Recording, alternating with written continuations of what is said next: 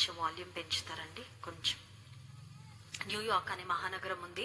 దాన్ని city of sky scrapers అని పిలుస్తారు. ఆకాశాన్ని అంటే భవనాలు. న్యూయార్క్ అనే మహానగరంలో, అమెరికా దేశంలో మనకి ఎక్కువ కనిపిస్తూ ఉంటాయి. ఇప్పుడు హైదరాబాద్ కూడా కొంచెం అదే స్టైల్లో తయారవుతా ఉంది. మినీ న్యూయార్క్ లాగా కనబడుతుంది. ఎయిర్పోర్ట్ నుంచి సిటీ లోపలికి వస్తూ ఉంటే ఆకాశాన్ని అంటే భవంతులు, స్కై స్క్రాపర్స్ చాలా ఎక్కువ కనబడతా ఉన్నాయి. న్యూయార్క్ మహానగరంలో చాలా సంవత్సరాల క్రితము ఒక 100 అబౌవ్ ఫ్లోర్స్ ఉన్న బిల్డింగ్ కట్టారంట. కట్టిన తర్వాత ఆ బిల్డింగ్ లో చాలా మంది తమ బిజినెసెస్ ప్రారంభించారు, వ్యాపారాలు ప్రారంభించారు, ఆఫీసెస్ ఓపెన్ చేసుకున్నారు.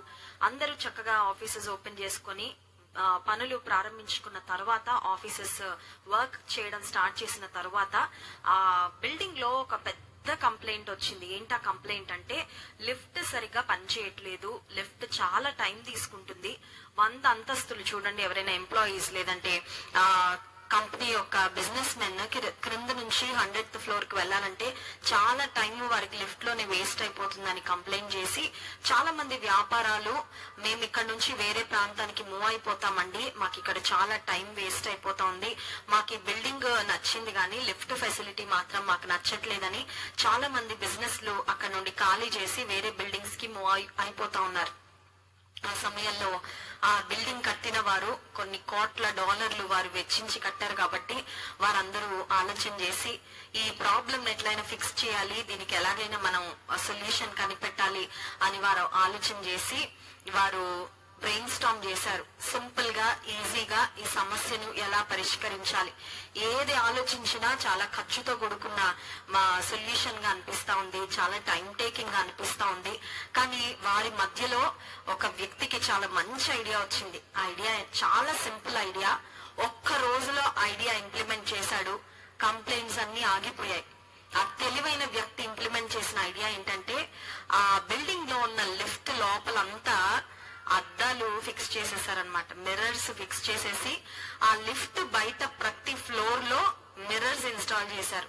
ఎప్పుడైతే అద్దాలు వచ్చేసాయో లిఫ్ట్ లోకి, లిఫ్ట్ ఎక్కిన వారికి టైం తెలియట్లేదు. చూడండి, మనం కూడా అద్దం ముందుకు వెళ్తే కొంతమందికి టైము తెలియదు. ఇటు తిరిగి అటు తిరిగి ముందు వెనకాల చూసుకొని సవరించుకొని మనల్ని మనం చూసుకోవడం మనకి చాలా ఇష్టం కదండి. మనకి మనం ఎంత చక్కగా కనబడతామో. ఎప్పుడైతే అద్దాలు పెట్టేశారో కంప్లైంట్స్ రావడము మానేసే, నష్టాల బాట నుండి మళ్ళీ లాభాల మార్గంలోకి ఆ బిల్డింగ్ ఓనర్స్ వెళ్ళిపోయారు.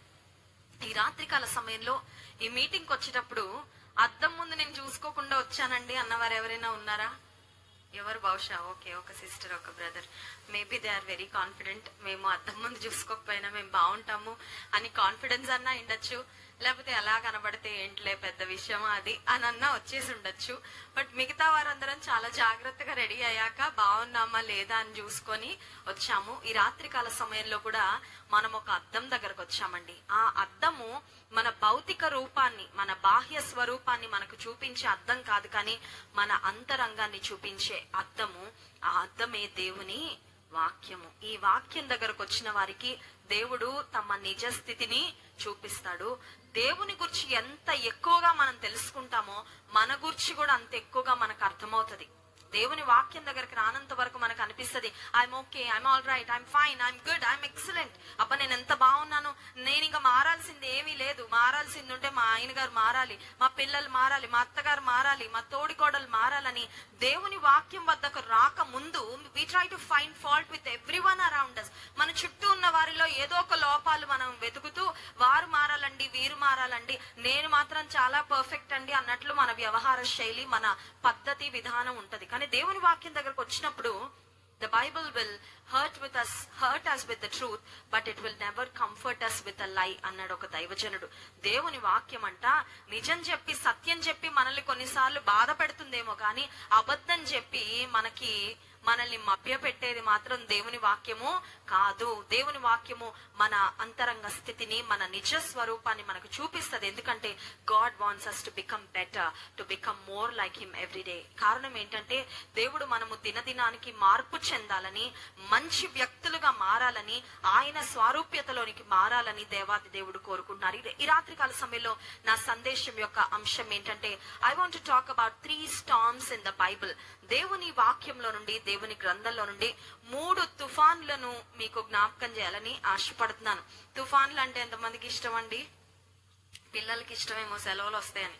కానీ వారు తప్ప ఇంకెవరు కూడా మనం తుఫానులు కోరుకోము, తుఫాన్లని ఎక్స్పెక్ట్ మనం ఎప్పుడు చేయం. ఈ మధ్యకాలంలో కూడా మనకి గుర్తుండి కొన్ని తుఫాన్లు వచ్చాయి. ఫర్ ఎగ్జాంపుల్ హుద్హుద్ అనే తుఫాన్లకు కూడా పేర్లు పెట్టడం స్టార్ట్ చేశారు. ఎందుకంటే ఆ పర్టికులర్ తుఫానును గురించి చరిత్ర పుస్తకాల్లో రాయడానికి, వార్తాపత్రికల్లో రాయడానికి, దాని గురించి ఒక క్లియర్ అండర్స్టాండింగ్ రావడం కొరకు తుఫాన్లకు పేరు, లైలా తుఫాన్ అని ఒక తుఫానుకి పేరు పెట్టారు, హుద్ తుఫాను అని ఒక తుఫానుకు పేరు పెట్టారు.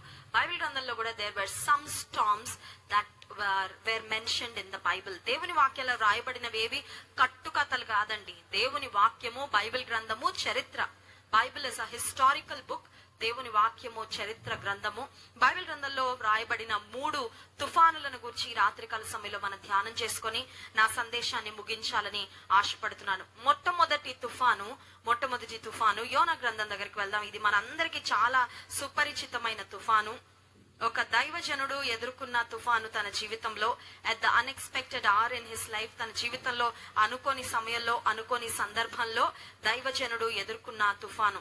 ఎవరైనా బైబిల్ తీస్తే చదవండి. యోనా గ్రంథము 1వ అధ్యాయము 4వ వచనం.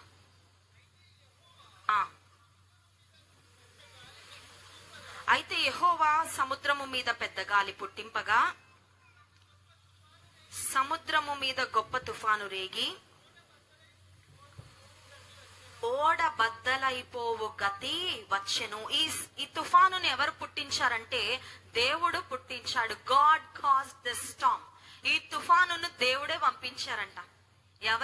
ఎవరికి బుద్ధి చెప్పడానికి పంపించారంటే ఈ గ్రంథం యొక్క గ్రంథకర్త యోనా అనే ప్రవక్తకు బుద్ధి చెప్పడానికి దేవుడు ఈ తుఫానును పంపించారు. అసలు ఏం జరిగింది అని ఆలోచన చేస్తే మనందరికి తెలుసు. But for the people who are listening to the first time, ఒకవేళ ఇదే మొదటిసారి ఇలాంటి సువార్త కూడికలకు వచ్చినట్లయితే మీ కొరకు కొంత నేపథ్యాన్ని నేను ఎక్స్ప్లెయిన్ చేయాలని ఆశిస్తున్నాను. దేవుని ప్రవక్త అయిన యోనాకు దేవుని వాక్కు ప్రత్యక్షమై, యోనా నువ్వు నినివే అనే ఒక పట్టణానికి వెళ్ళాలి, ఆ పట్టణంలో ప్రజలు నా మాటకు చాలా అవిధేయులుగా ఉన్నారు, వారిని నేను నాశనం చేయబోతున్నాను అనే వార్త నువ్వు నినివే అనే పట్టణానికి వెళ్లి ప్రకటించు అని దేవుడు యోనాకు చెప్పినప్పుడు, యోనాకు ఆ బ్యాడ్ న్యూస్ నినివే అనే పట్టణానికి తీసుకువెళ్ళడం ఇష్టం లేదు. అందుకని ఈ బ్యాడ్ న్యూస్ తీసుకువెళ్తే నినివే రాజు, నినివే ప్రజలు నా మీద పడి నాకేమైనా హాని కలుగజేస్తారేమో, నన్ను చంపుతారేమో, సంహరిస్తారేమో అని భయపడి దేవుడు చెప్పిన పని చేయకుండా తప్పించుకుంటా ఉన్నాడండి. ఈ రోజుల్లో కూడా పని దొంగలు చాలా మంది ఉండరా? ఇంట్లో పిల్లలు ఉంటారు, పెద్దోడు చిన్నోడు. ఒరే ఎవరో ఒకరు తీసుకుని అంటారా కిచెన్ లో ఉండి పలానా వస్తువు అంటే, పెద్దోడు అంటాడు చిన్నోడు నువ్వు వెళ్ళంటాడు, చిన్నోడు అంటాడు అన్నా నువ్వు వెళ్ళు కదా. ఎవరో ఒకరి మీద నెట్టేయాలని మనం చక్కగా రిలాక్స్ గా ఉండాలని కోరుకుంటాం. ఆఫీసుల్లో కూడా అంతే కదండి. ఆఫీసుల్లో కూడా అంతే. పైన ఉన్న వారు కింద వారితో అన్ని చేయించేస్తా ఉంటారు. క్రింద ఉన్న వారు కూడా బాస్ ఉండే వరకు ఒకలాగా ఉంటారు, బాస్ వెళ్ళిపోగానే ఇంకొకలాగా ఉంటారు. బాస్ ఉన్నంత సేపు ఇక స్క్రీన్ లోకే చూస్తూ ఉంటాడు. బాస్ ఉన్నంత సేపు ఇంక ఇంతకన్నా best employee of the year award ఇవ్వాలేమో అన్నట్లు ఉంటది. బాస్ ఎప్పుడైతే కారులో అలాగా వీధి చివరికి వెళ్ళిపోతాడో కాలు మీద కాలేసేసుకుంటాడు. ఆ తర్వాత హ్యాపీగా రిలాక్స్ అయిపోయి ఫోన్ స్క్రోలింగ్ చేసుకుంటూ కూర్చుంటాడు రిలాక్స్డ్ గా. కారణం ఏంటంటే పని చేయడం చాలా మందికి ఇష్టం లేదు. పని దొంగలు చాలా మంది ఉంటారు. కానీ ఇంకో ఉన్న వారికి కూడా నష్టం వస్తుంది. అదే యోనా జీవితం మనకు నేర్పించే ఒక గొప్ప పాఠం. యోనా ఇప్పుడు తర్షీషు అనే ప్రాంతానికి వెళ్లే ఓడ ఎక్కాడు. ఓడ ఎక్కిన తర్వాత పడుకొని నిద్రపోతా ఉన్నాడు. ప్రాబబ్లీ అతను ఎందుకు నిద్రపోతున్నాడంటే, మెలకుగా ఉంటే నాకు ఏవేవో ఆలోచనలు వస్తున్నాయి, నా మనసంతా కొంచెం కలవరంగా ఉంది, ఐ వాంట్ కామ్ డౌన్, నేను ఏదో ఒకలాగా కొంచెం రెస్ట్ తీసుకుంటా. ఈ రోజుల్లో తాగుబోతులు కూడా ఎందుకు తాగుతున్నారయ్యా? అయ్యా ఎందుకు తాగుతున్నావు? నీ ఆరోగ్యం పాడైపోతుంది కదా, నీ డబ్బు ఖర్చు అయిపోతుంది కదా, నీ కుటుంబము నీ వల్ల నష్టపోతుంది కదా, ఎందుకు తాగుతున్నావు అంటే వారనే మాట ఏంటంటే, తాగడం వల్ల కాసేపైనా నా అప్పు బాధలు, ఆ తర్వాత నా కష్టాలు అన్ని మర్చిపోదామని, కొంచెం రిలీఫ్ గా నేను తాగుతున్నానని తాగేవారు, ఒక ఉపశమనం కొరకు తాగే వాళ్ళు చాలా మంది ఉంటారండి.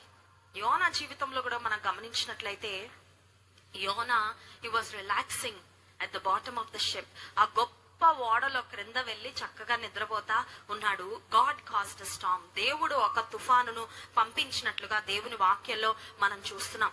దేవుడు తుఫానును పంపించి యోనాను మేల్కొల్పాడు, లేపాడు. కొన్నిసార్లు మన జీవితంలో తుఫాను వంటి సమస్యలు ఎందుకు వస్తాయి తెలుసా? దేవుడు మనల్ని మేల్కొల్పడానికి, లేపడానికి పంపిస్తాడండి. ఎందుకంటే మనం కొన్నిసార్లు మన జీవితంలో నాకు దేవుడితో పనేం లేదు, నా జీవితం అంతా సాఫీగానే సాగుతుందిలే, నా ఇష్టం నేను నెరవేర్చుకుంటాను, నాకేమనిపిస్తే అది చేస్తానని మన ఇష్టానుసారమైన మార్గాల్లో మనం వెళ్తున్నప్పుడు దేవుడు మన అటెన్షన్, నేను ఇక్కడ ఉన్నాను ఒక్కసారి చూడు, నువ్వు ఎటు వెళ్తున్నావు ఒకసారి గమనించుకొని మనకొక వేకప్ కాల్ లాగా, మనకొక మేల్కొల్పు లాగా దేవుడు కొన్నిసార్లు మన జీవితంలో తుఫానులు పంపిస్తాడు. తుఫానులు అంటే I'm not talking about the physical storms, భౌతికంగా వచ్చే తుఫాను గురించి కాదు నేను మాట్లాడుతుంది. జీవితంలో సడన్ గా సమస్యలు ఒక తుఫాను లాగా చెలరేగిపోతూ ఉంటాయి. తుఫాన్లు ఎవరికైనా చెప్పొస్తాయండి? సడన్ గా వస్తాయి కదా తుఫాన్లు. సడన్ గా వెదర్ రిపోర్ట్ వస్తుంది, వాతావరణ శాఖ వారు సడన్ గా న్యూస్ లో చెప్తారు తుఫాను చెలరేగే పరిస్థితులు ఉన్నాయి కాబట్టి తీరం దగ్గర ఉన్నవారు, సముద్రపు సీషోర్ దగ్గరలో ఉన్నవారు దయచేసి సురక్షిత కేంద్రాలకు వెళ్ళిపోండి, సురక్షిత ప్రాంతాలకు వెళ్ళిపోండి. కారణం ఏంటంటే తుఫానులు ఎవరికి చెప్పి రావు, ఎక్స్పెక్టెడ్ టైంలో అంతకంటే రావు. జీవితంలో కూడా కొన్నిసార్లు తుఫానులు వస్తాయి, కొన్నిసార్లు చేతులారా మనం తుఫానులు తెచ్చుకుంటాం. యోనా లాగా. ఎప్పుడంటే దేవుని మాటకు అవిధేయత చూపించినప్పుడు. యోనా అనుకున్నాడు, నేను దేవుడు చెప్పిన పని నుండి నేను దూరంగా పరిగెడుతున్నాను, నేను పని చేయకుండా తప్పించుకొని పారిపోతున్నానని. దేవుని చిత్తము నుండి కూడా యోనా తన జీవితంలో పారిపోతా ఉన్నాడు. దేవుని పని చేయడం దేవుని చిత్తము. మనం ఎప్పుడు ఏ పని చేయాలని దేవుడు ఉద్దేశించాడో అది చేసినప్పుడు దేవుని చిత్తంలో మనము నిలిచి ఉన్నట్లు. చాలాసార్లు మన జీవితం కొరకు మనం చాలా ప్లానింగ్స్ వేసుకుంటా ఉంటామండి, చాలా ప్రణాళికలు వేసుకుంటా ఉంటాము. వచ్చే సంవత్సరం కొరకు ప్రాబబ్లీ కొంతమంది అప్పుడే ప్రణాళికలు వేసుకోవడం ప్రారంభించి ఉండొచ్చు. 2025 అప్పుడే వచ్చేస్తుంది. ఇంకొక ఈ నెల అయిపోయి డిసెంబర్ అయిపోతే నూతన సంవత్సరము. కొత్త సంవత్సరంలో ఇది చేయాలి, అది చేయాలి, ఇక్కడికి వెళ్ళాలి, అక్కడికి వెళ్ళాలి, ఆ కార్యం మొదలు పెట్టాలి, ఈ ప్రాజెక్ట్ మొదలు పెట్టాలి, ఈ వ్యాపారం మొదలు పెట్టాలి, లేదంటే ఈ పనిని నేను చేసుకోవాలని కొన్నిసార్లు మన జీవితంలో చాలా ప్రణాళికలు మనం వేసేసుకుంటా ఉంటాం. కానీ ఈ ప్రణాళికలన్నీ వేసుకునే క్రమంలో అసలు నేను ఏం చేయడం దేవుని చిత్తము అని కనిపెట్టడం మాత్రం చాలాసార్లు మర్చిపోతా ఉంటాం. మన మనసుకి ఏమి తోచితే అది, మనకేది సులభం అనిపిస్తే అది, కొన్నిసార్లు ప్రక్కవారు ఏం సలహాలు ఇస్తారో అది చేసుకుంటూ మనం వెళ్ళిపోతూ ఆనందపడిపోతూ ఉంటాం. యోనా తన జీవితంలో దేవుని పని నుండి మాత్రమే కాదు పారిపోతున్నది, దేవుని చిత్తము నుండి కూడా తన జీవితంలో పారిపోయినప్పుడు ఏం జరిగిందంటే ఆ ఓడలో ఉన్నవారు చీట్లు వేశారండి. అసలు ఈ తుఫాను ఎవరి వల్ల వచ్చింది, ఇంత గొప్ప ప్రమాదంలో మనం ఎందుకు చిక్కుకున్నాము, హూ ఇస్ ద రీజన్ అని ఆ ఓడలో ఉన్న వారందరి పేర్ల మీద చీట్లు వేసినప్పుడు యోనా పేరు వచ్చింది. సరే, యోనాను కనుగొన్నారు, యోనాను నిద్ర లేపారు. నిద్ర లేపిన తర్వాత ఇప్పుడు యోనాను అడుగుతున్నారు, అయ్యా నువ్వు అసలు ఎవరివి, నీ వల్ల ఈ తుఫాన్ వచ్చిందని మాకు అర్థమైంది, అసలు ఏం జరిగింది, what's happening in your life, అసలు నీ జీవితంలో ఏం జరిగింది ఒకసారి చెప్తావా అని అడిగినప్పుడు యోనా చెప్పిన మాట చూడండి. యోనా గ్రంథం 1వ అధ్యాయము 9వ వచనం. అతడు వారితో ఇట్లా, నేను హెబ్రీయుడను, సముద్రమునకును భూమికి నీ సృష్టికర్తయై ఆకాశమందుండు దేవుడయున్న యెహోవా యందు నేను భయభక్తులు గలవాడనై యున్నాను. నేను హెబ్రీడను. He was talking about his identity. యోనా తన గూర్చి తాను చాలా యథార్థంగా చెప్తా ఉన్నాడు, నేను దేవుని బిడ్డను, ఈ సముద్రానికి, ఆకాశానికి, భూమికి సృష్టికర్త అయిన దేవుని నేను సేవించే వ్యక్తిని. He was introducing himself as a man of God. దేవుని ప్రవక్తగా, దేవుని బిడ్డగా యోనా తన్ను గురించి తాను పరిచయం చేసుకుంటూ ఒక మాట ఒప్పుకుంటా ఉన్నాడు. అదేంటంటే 12వ వచనం, నన్ను బట్టే ఈ గొప్ప తుఫాను మీ మీదకి వచ్చెను. ఒప్పుకుంటున్నాడండి. ఎంతమంది ముందు ఒప్పుకుంటున్నాడు? ఓడలో ఉన్న అందరి ముందు. ఇంత భయంకరమైన తుఫాను రావడానికి కారణము, ఈ రోజుల్లో మనతో ఉన్న ప్రాబ్లం ఏంటి తెలుసా? ఏ సమస్య వచ్చినా పక్కోళ్ళ మీద నెట్టేస్తూ ఉంటాం, అవునా కదండి? కుటుంబంలో ఏదైనా ప్రాబ్లం వస్తే భర్త అంటాడు, అంతా మా భార్య వల్లే అండి. అసలు నాకు ఏ సంబంధము? భార్యలు అంటారు, అంతా నా భర్త వల్లే అండి, అంత మా అత్తగారి వల్లే అండి, అంత మా మామగారి వల్లే అండి. ఎవరో ఒకరి మీద నెట్టేసి మనం మాత్రం నాకు ఏమీ తెలియదండి, నేను ఎంత అమాయకుడినో, నేను ఎంత అమాయకురాలనో, ఈ పరిస్థితికి కారణం మరెవరో అని చాలాసార్లు మనం చేసిన వాటిని కూడా వేరే వారి మీద నెట్టివేసే పరిస్థితులు చాలాసార్లు మనకు కనబడుతూ ఉంటాయి. మనం కూడా చాలాసార్లు అట్లా చేస్తూ ఉంటాం. కానీ యోనా తన జీవితంలో he admitted the fact that he was the reason for the trouble in the sea. ఆ సముద్రంలో వచ్చిన తుఫానుకు తానే కారణమని ఒప్పుకొని వారికి సొల్యూషన్ కూడా ఇస్తూ ఉన్నాడండి. ఇంత గొప్ప సమస్య రావడానికి నేనే కారణమయ్యా. యథార్థత. నీ జీవితము ఒకవేళ ఒక తుఫానులో చిక్కుకున్నట్లుందా? యథార్థంగా దేవునికి చెప్పుకో, ఈ సమస్య నా జీవితంలో రావడానికి దేవా నేనే కారణం, నా విధేయతే కారణం, నాకు సహాయం చేయని నువ్వు వేడుకుంటే దేవుడు నీకు ఖచ్చితంగా సహాయం చేస్తాడు. యోనా చాలా యథార్థంగా ఆ ఓడలో ఉన్న వారందరితో ఒక మాట చెప్తున్నాడు. ఏమనంటే 12వ వచనం, నన్ను బట్టి ఈ గొప్ప తుఫాను మీ మీదకి వచ్చినని నాకు తెలిసి ఉన్నది. నన్ను ఎత్తి సముద్రంలో పడవేయడి, అప్పుడు సముద్రము మీ మీదకి రాకుండా నిమ్మళించునని అతడు వారితో. అసలు ఇలా ఎవరేం చెప్తారండి? నన్ను ఎత్తి పడేయండి అని చెప్తారా? మునిగితే అందరం మునిగిపోదాంలే, చస్తే అందరం చేద్దాంలే, నేను ఒక్కడిని ఎందుకు మునగాలి అనుకుంటారు ఎవరైనా, అంతే కదండి. చాలా సార్లు ఎవరైనా మునుగుతా ఉన్నప్పుడు, ఎవరైనా నష్టంలో ఉన్నప్పుడు కింద పడిన వారికి పైన వారి మీద ఉంటది కన్ను. ఏమని? వారిని ఎప్పుడు కిందకి. అవునా? అదే సమాజంలో ఎదుగుతున్న వారి మీద కింద ఉన్న వాళ్ళందరికీ ఉంటది. ఏమనంటే వీడిని ఎలా అయినా మళ్ళీ మా స్థాయిలోకి తెచ్చేసుకోవాలి. యోనా జీవితంలో ఒక మంచి మనసు కనబడతా ఉంది. ఎందుకంటే దేవుని ప్రవక్త ఆయన అవిధేయత అయితే చూపించాడు, కానీ దేవుని యందు భయభక్తులు కలిగే ఉన్నాడు. He still has the fear of the lord in him. ఇప్పుడు యోనా అంటున్నాడు, నన్ను ఎత్తి పడేయండి సముద్రంలో, మీకు సమస్య పరిష్కారము. దేవుని బిడ్డలు ఎక్కడ ఉంటారో, దేవునికి మనం అవిధేయత చూపిస్తే మనమే సమస్య అవుతాం. కానీ దేవుడు మనతో ఉన్నప్పుడు మన దగ్గర పరిష్కారం కూడా దేవుడు ఉంచుతాడండి. హల్లెలూయా. We will be at trouble when we disobey God. జ్ఞాపకం పెట్టుకోవాలా, దేవునికి అవిధేయత చూపిస్తే మనము నష్టపోతాం, మనతో ఉన్న వారు కూడా నష్టపోతారు. కానీ మనం ఎప్పుడు దేవునికి విధేయత చూపిస్తామో మనం ఆశీర్వదించబడతాం, మన ద్వారా మనతో ఉన్న వారు కూడా ఆశీర్వదించబడతారు. God's people have the solution because God is the solution. సమస్యలకు పరిష్కారం దేవుడు కాబట్టి దేవుణ్ణి ఎవరు కలిగి ఉంటారో వారి దగ్గర ప్రతి సమస్యకు ఖచ్చితంగా పరిష్కారము ఉంటది. ఇప్పుడు యోనా సమస్యకు పరిష్కారం చెప్పిన తర్వాత సముద్రంలో ఎత్తి పడవేశారు. పడవేసిన తరువాత ఒక గొప్ప మత్స్యానికి దేవుడు ఆజ్ఞాపించినప్పుడు ఒక చేప వచ్చి యోనాను మృంగింది. ఆ చేప కడుపులో ఎన్ని రోజులు ఉన్నాడండి యోనా? 3 పగళ్ళు 3 రాత్రులు చేప కడుపులో ఉండి ప్రార్థన చేశాడు. ఆ చేప చాలా ఆశ్చర్య రీతిగా యోనాను వామిట్ చేసింది. ఆ తర్వాత యోనా మళ్ళీ trouble when we disobey God. జ్ఞాపకం పెట్టుకోవాలా, దేవునికి అవిధేయత చూపిస్తే మనము నష్టపోతాం, మనతో ఉన్న వారు కూడా నష్టపోతారు. కానీ మనం ఎప్పుడు దేవునికి విధేయత చూపిస్తామో మనం ఆశీర్వదించబడతాం, మన ద్వారా మనతో ఉన్న వారు కూడా ఆశీర్వదించబడతారు. God's people have the solution because God is the solution. సమస్యలకు పరిష్కారం దేవుడు కాబట్టి దేవుణ్ణి ఎవరు కలిగి ఉంటారో వారి దగ్గర ప్రతి సమస్యకు ఖచ్చితంగా పరిష్కారము ఉంటది. ఇప్పుడు యోనా సమస్యకు పరిష్కారం చెప్పిన తర్వాత సముద్రంలో ఎత్తి పడవేశారు. పడవేసిన తరువాత ఒక గొప్ప మత్స్యానికి దేవుడు ఆజ్ఞాపించినప్పుడు ఒక చేప వచ్చి యోనాను మృంగింది. ఆ చేప కడుపులో ఎన్ని రోజులు ఉన్నాడండి యోనా? 3 పగళ్ళు 3 రాత్రులు చేప కడుపులో ఉండి ప్రార్థన చేశాడు. ఆ చేప చాలా ఆశ్చర్య రీతిగా యోనాను వామిట్ చేసింది. ఆ తర్వాత యోనా మళ్ళీ దేవుడు చెప్పిన పని. నైట్ లో కూడా రెగ్యులర్ ప్యాంట్, బ్యాక్ లీకేజ్ భయంతో వెళ్ళకిలా పడుకోవాల్సిందే. స్టే ఫ్రీ సెక్యూర్ నైట్స్ కేవలం లాంగరే కాదు, వెనక వైపు వైడర్ కూడా. అంటే అప్ టు 100% లీకేజ్ ప్రొటెక్షన్. ఇప్పుడు ఇక ఏ పొజిషన్ లో పడుకున్నా సరే మరక గురించి చింతే ఉండదు. స్టే ఫ్రీ సెక్యూర్ నైట్స్ కేవలం 50 రూపాయలకే.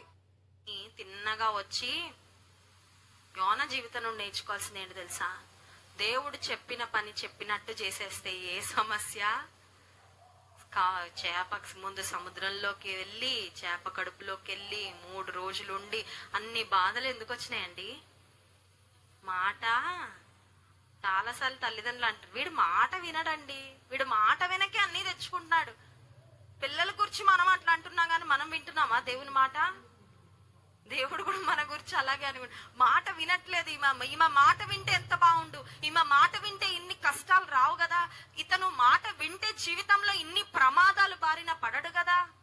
మాట వినడం చాలాసార్లు నచ్చట్లేదు. మనకేం తోచితే అది చేయడం చాలా అలవాటు అయిపోతా ఉంది. అందుకే యోనా లాగా చాలాసార్లు మన జీవితాల్లో నష్టపోతున్నాం. మొట్టమొదటి తుఫాను దేవుడు యోనాకు బుద్ధి చెప్పడానికి పంపించిన తుఫాను. రెండవ తుఫాను వద్దకు వస్తున్నాను చూడండి. మార్కు సువార్త 4వ అధ్యాయము 35వ వచనం. మార్కు సువార్త 4వ అధ్యాయము 35వ వచనం నుండి. ఆ దినమే సాయంకాలం అయినప్పుడు ఆయన అద్దరికి పోవుదుమని వారితో చెప్పగా, వారు జనులను పంపివేసి ఆయనను ఉన్న పాటున చిన్న దోణిలో తీసుకొని పోయిరి. ఆయన వెంబడి మరికొన్ని దోణెలు వచ్చెను. అప్పుడు పెద్ద తుఫాను రేగి ఆయన ఉన్న దోణి మీద అలలు కొట్టినందున దోణె నిండిపోయెను. యేసుక్రీస్తు ప్రభువారు ఆయన శిష్యులు కలిసి ఒక దోణి ఎక్కారంట. యేసయ్య కూడా ఉన్నారు ఆయన శిష్యులతో. యేసుక్రీస్తు ప్రభువారు శరీర మానవధారిగా ఈ లోకానికి వచ్చిన సమయంలో, when he lived on earth as a man, యేసు ప్రభువారు ఈ లోకంలో బ్రతుకుతున్న దినాలలో ఆయన శిష్యులతో కలిసి ఆయన దోణె ఎక్కినప్పుడు ఇప్పుడు యేసయ్య అలసిపోయి పండుకున్నారంట. యేసుక్రీస్తు ప్రభువారు దైవ మానవుడు. he is 100% God and 100% man. ఇది కేవలం యేసయ్యలో మాత్రమే సాధ్యము. 100% గాడ్ అండ్ 100% మ్యాన్. ఆయన మానవ రూపంలో ఈ లోకానికి వచ్చారు కాబట్టి ఆయన ఆకలిగా ఉన్నారు, ఆయన దప్పికగా ఉన్నారు, ఆయన అలసిపోయారు, ఆయన కన్నీళ్లు విడిచారు. ఆయన మరి కొంతమంది ఒక అవిధేయతను చూసి ఆయన కోపగించుకున్నారు. he had emotions like all of us because he came down as a man. ఆయన దేవుడైన మనిషిగా వచ్చాడు కాబట్టి మానవులుగా మన వంటి అనుభవాలన్నిటి గుండా యేసుక్రీస్తు ప్రభువారు వెళ్ళారు. కానీ ఆయన దేవుడు కూడా కాబట్టి ఆయన మానవ రూపంలో ఉన్నా ఆయన మనుషుల మనస్సుల్లో ఏమనుకుంటా ఉన్నారు కూడా ఆయన అన్ని ముందే ఎరిగినవాడు అనే మాట ఉంటది.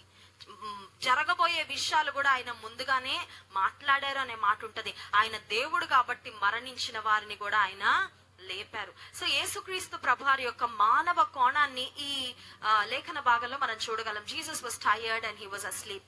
ఓడ అమరమున ఆయన తలవాల్చి ఆయన నిద్రపోతున్న సమయంలో ఒక గొప్ప తుఫాన్ వచ్చినట్లుగా దేవుని వాక్యంలో చూస్తున్నాం. ఆ సమయంలో శిష్యులు యేసుక్రీస్తు ప్రభువారిని లేపారు. చూడండి 38వ వచనం. ఆయన దోణి అమరమున తలగడ మీద తలవాల్చుకొని నిద్రించుచుండెను. వారాయనను లేపి, బోధకుడా, మేము నశించిపోవచ్చున్నాము, నీకు చింత లేదా అని ఆయనతో. యేసయ్య శిష్యులు యేసయ్యను నిద్ర లేపుతున్నారంట. లేపుతూ ఏమంటున్నారు? మేము నశిస్తున్నాము. ఇప్పుడు నేను మిమ్మల్ని ఒక ప్రశ్న అడుగుతున్నా. యేసయ్య కూడా ఆ దోణిలో ఉన్నప్పుడు ఏమనాలి వాళ్ళు? మనము నశిస్తున్నాము అనాలి. కానీ ఏమంటున్నారు అంటే అర్థం ఏంటి?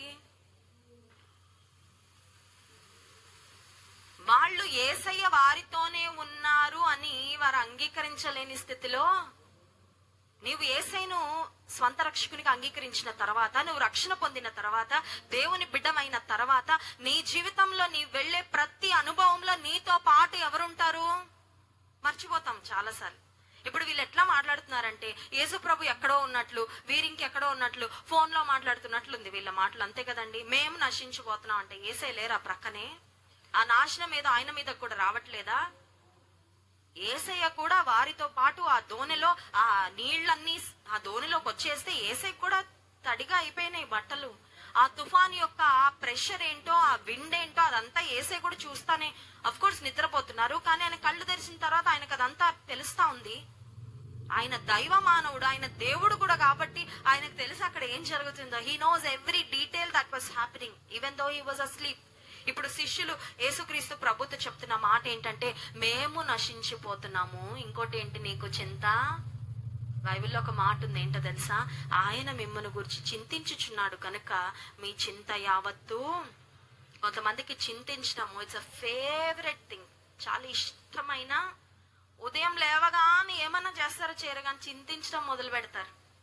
ఇవాళ ఏం వంట వండాలి, ఇవాళ ఏం బట్టలు వేసుకోవాలి, ఇవాళ అప్పులోళ్ళు వస్తారు వాళ్ళకి ఏం చేసి కట్టాలి, ఇవాళ పని ఎలా చేయాలి. You start worrying.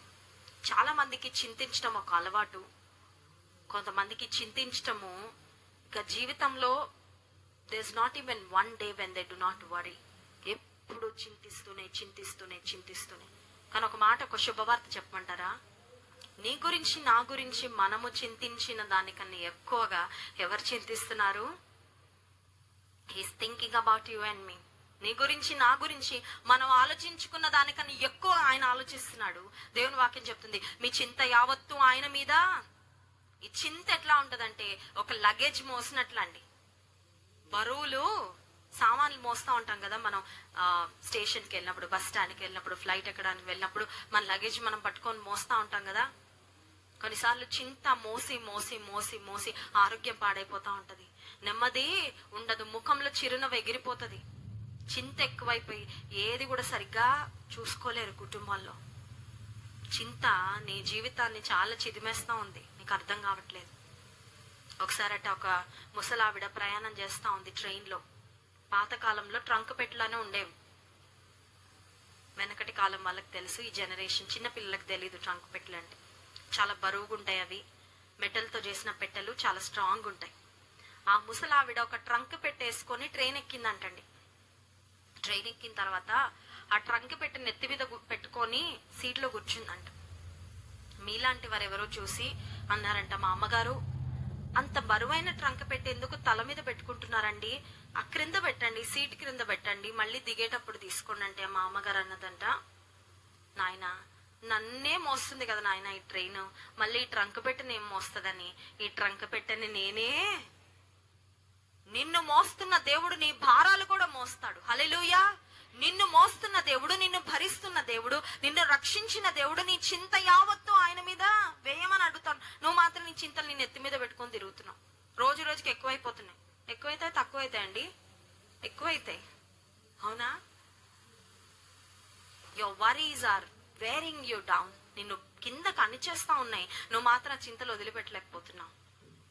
ఇక్కడ శిష్యులు యేసయ్యను అడుగుతున్న ప్రశ్న ఏంటంటే, మేము నశించిపోతున్నాము, నీకు చింత లేదా? ఇంకో మాట చెప్పమంటారా? మనల్ని మనం ప్రేమించుకున్న దానికన్నా ఎక్కువగా దేవుడు మనల్ని ప్రేమిస్తున్నాడండి. హల్లెలూయా. ఇంకో మాట చెప్పమంటారా? మన పిల్లల్ని మనం ప్రేమించిన దానికన్నా ఎక్కువగా మన దేవుడు మన పిల్లల్ని ప్రేమిస్తున్నాడు. హల్లెలూయా. చాలాసార్లు మనం అనుకుంటాం, నన్ను నేను ప్రేమించిన దానికన్నా ఎక్కువ ఇంకెవరైనా ప్రేమించగలరా? ఉన్నారండి, ఒకరున్నారు. God loves you more than you love your self.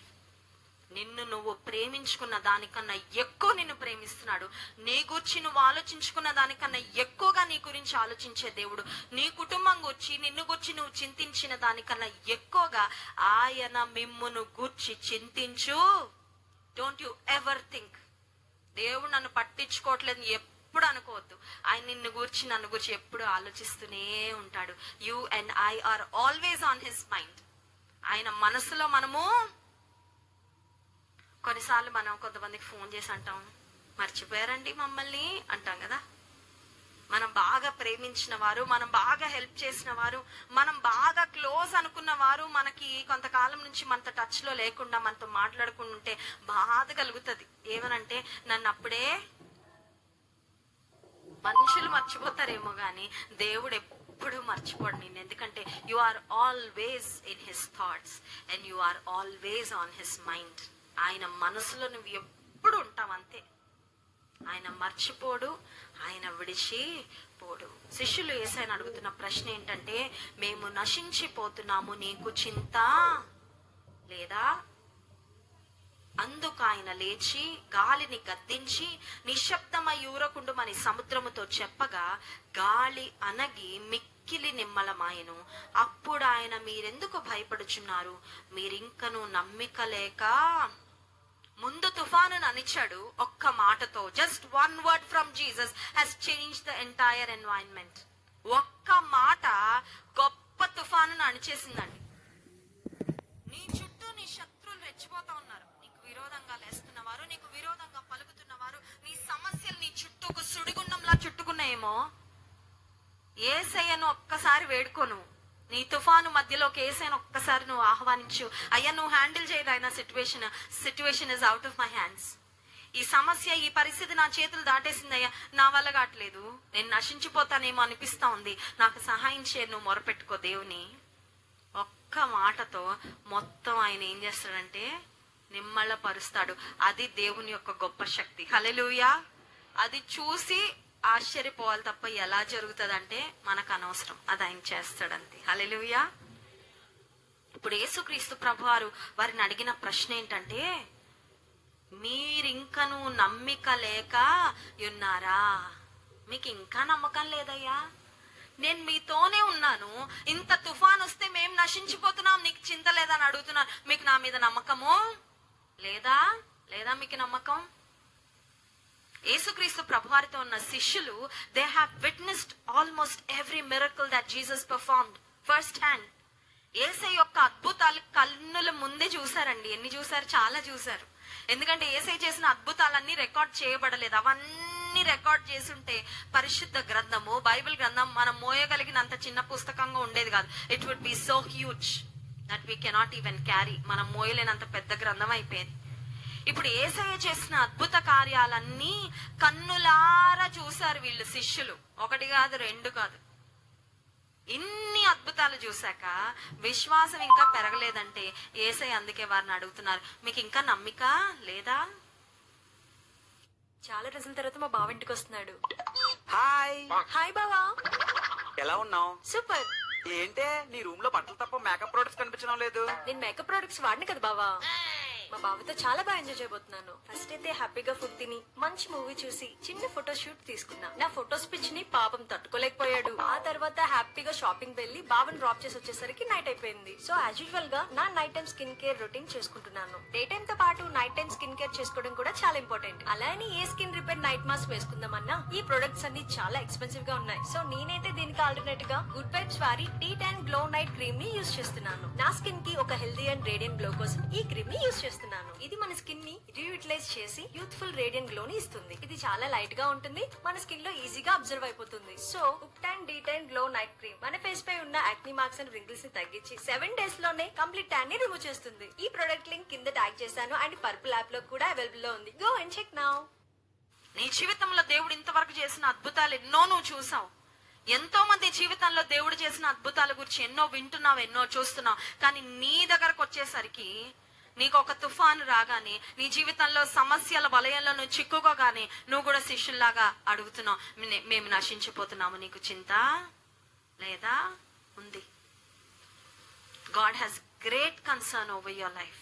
ఆయన నీ పట్ల గొప్ప శ్రద్ధ కలిగిన దేవుడు. చిన్న చిన్న విషయాల్లో కూడా ఆయన శ్రద్ధ తీసుకునే దేవుడు.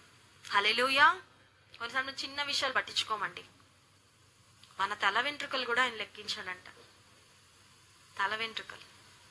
ఈ రోజులో ప్రేయర్ రిక్వెస్ట్లు కూడా వస్తుంటాయి మాకు. లెస్సక్క మా జుట్టు ఊడొద్దని ప్రార్థన చేయండి అని. అందరికీ జుట్టు సమస్య అయిపోయింది కదా, అందరికీ వెంట్రుకలు ఊడిపోతున్నాయి. క్యాష్ కౌంటింగ్ మెషిన్లు ఉన్నాయి కానీ హెయిర్ కౌంటింగ్ మెషిన్ వచ్చిందండి? రాలేదు. ఎందుకంటే అన్ని ఉంటాయి కాబట్టి వెంట్రుకలు. అండ్ ఎవ్రీ సింగిల్ డే రోజుకి 100 ఊడిపోయినా పర్లేదంట. ఎందుకంటే రోజుకి ఒక 100కి పైన కొత్త వెంట్రుకలు పుడతా ఉంటాయంట. ట్రైకాలజిస్టులు అదే చెప్తారు. వెంట్రుకలు వీటిని చూసే వైద్య నిపుణులు ఎన్ని వస్తున్నాయో ఎన్ని ఊడుతున్నాయో లెక్క పెట్టుకోం. కానీ ఇన్ని ఊడినాయంటే మాత్రం బాధపడతాం కదా, అయ్యో తలంతా ఖాళీ అయిపోతుందేమో అని టెన్షన్. కానీ లెక్క ఎవరి దగ్గర ఉందండి? డబ్బులు లెక్క ఉంటది మన దగ్గర కదా, ఇంట్లో ఉన్న వస్తువులు లెక్క ఉంటది. కానీ వెంట్రుకల లెక్క పెట్టే అంత they are too many to count అని దేవుని వాక్యం చెప్తుంది. మన తల వెంట్రుకలు కూడా ఆయన లెక్కించడంట. అంటే God is so concerned about even the tiniest details in your life. నీ జీవితంలో చిన్న చిన్న వివరాల గురించి కూడా ఆయన చాలా పట్టించుకొని, అంటే నువ్వు నేను పట్టించుకోలేనివి కూడా ఆయన పట్టించుకునే దేవుడు. హల్లెలూయా. నీకు నాకు తెలియని విషయాలు కూడా మన గురించి ఆయనకి తెలుసు. ఆయనకంత పట్టింపు ఉంది. నిజానికి ఈ సెకండ్ స్టార్మ్, ఈ శిష్యులు చిక్కుకున్న తుఫాను, అదెందుకు దేవుడు అనుమతించాడు తెలుసా? వారిలో ఉన్న అన్బిలీఫ్ బయటకు తీసుకురావడానికి. In order to expose the unbelief of the disciples. నా జీవితంలో దేవుడు కొన్నిసార్లు తుఫాన్ ఎందుకు అనుమతిస్తాడంటే మన విశ్వాసం ఎంతుందో పరీక్షించడానికి. ఎందుకంటే విశ్వాసం ఎప్పుడు బయటకు వస్తుందంటే అనుకోకుండా సమస్యలు వచ్చినప్పుడే, అనుకోకుండా తుఫాన్లు వచ్చినప్పుడే. అంత బాగుంటే విశ్వాసం వాడతామండి? మిమ్మల్ని ఒక ప్రశ్న అడుగుతాను, చెప్పండి. ఆఖరిగా మీరు విశ్వాసాన్ని ఎప్పుడు వాడారు? కొంతమంది కరోనా అప్పుడు వాడారు, ఇంకా మళ్ళీ వాడలేదు. కరోనా అప్పుడు ప్రతిరోజు వాడారు, ఎందుకంటే ప్రాణం పోద్దని భయం. పాజిటివ్ అంటే ఇంకా అయిపోతుంది కాబట్టి రావద్దు రావద్దు దేవా, నాకు చాలా విశ్వాసం ఉందయ్యా, నువ్వు నన్ను బ్రతికిస్తావని కాపాడు. ఇంకా ఆ తర్వాత మళ్ళీ వాడలేదు చాలా మంది. ఏదో పెద్ద సమస్య రావాలి అప్పుడు కానీ వాడరు విశ్వాసం. దాన్ని లాకర్లు వేసి పెడతారు లోపల. You have to use the shield of faith every single day. ఎఫెసీ పత్రిక 6వ అధ్యాయంలో మనం చూసినట్లయితే విశ్వాసం అనే డాలు మీరు చేత పట్టుకుని దాని చేత అపవాది యొక్క అగ్ని బాణములను మీరు ఆర్పివేయడానికి శక్తిమంతులు అవుతారు. నేను దేవుని బిడ్డగా ఈ లోకంలో సాగుతా ఉన్నప్పుడు అపవాది అగ్ని బాణాలు వేస్తా ఉంటాడు. చెప్పేయడండి, వాడికి ఒక టైమింగ్ ఉండదు. అట్ ది అన్ఎక్స్పెక్టెడ్ ఆర్, నువ్వు అసలు ఈ రోజు ఏ శోధన రాదని నువ్వు రిలాక్స్గా ఉంటావు, ఆ రోజు వస్తుంది ఏదో ఒక శోధన. It may come just like a random thought. అది ఎవరో ఒక వ్యక్తి రూపంలోనో లేకపోతే ఒక పిశాచిలాగా నీ దగ్గరికి రాదు. ఒక ఆలోచన రూపంలో నీ వద్దకు రావచ్చు. అపవాది యొక్క అగ్ని బాణములను ఎదిరించాలంటే, జయించాలంటే నీ చేతిలో ఎప్పుడు రెడీగా ఉండాల్సిన ఒక ఆత్మ సంబంధమైన ఆయుధం ఏంటి? విశ్వాసం అని. కిచెన్ లో స్త్రీలకు కొన్ని ఆయుధాలు ఉంటాయండి. ఏంటి ఆయుధాలు? గరిటెలు, పప్పు గుత్తులంట, బాబులు బాగా చెప్తున్నారు. ఇంకా కత్తులు ఉండవండి. చాక్, చాక్ ఎందుకది? పీకలు కోయడానికా? కూరగాయలు తరగడానికి, కూరగాయలు తరగడానికి. ఆయుధాలు లేవనుకోండి పని. డాక్టర్ దగ్గర కూడా కొన్ని ఆయుధాలు ఉంటాయి. ఏంటవి? సిజర్స్ ఉంటాయా? ఇంకా స్టెథోస్కోప్.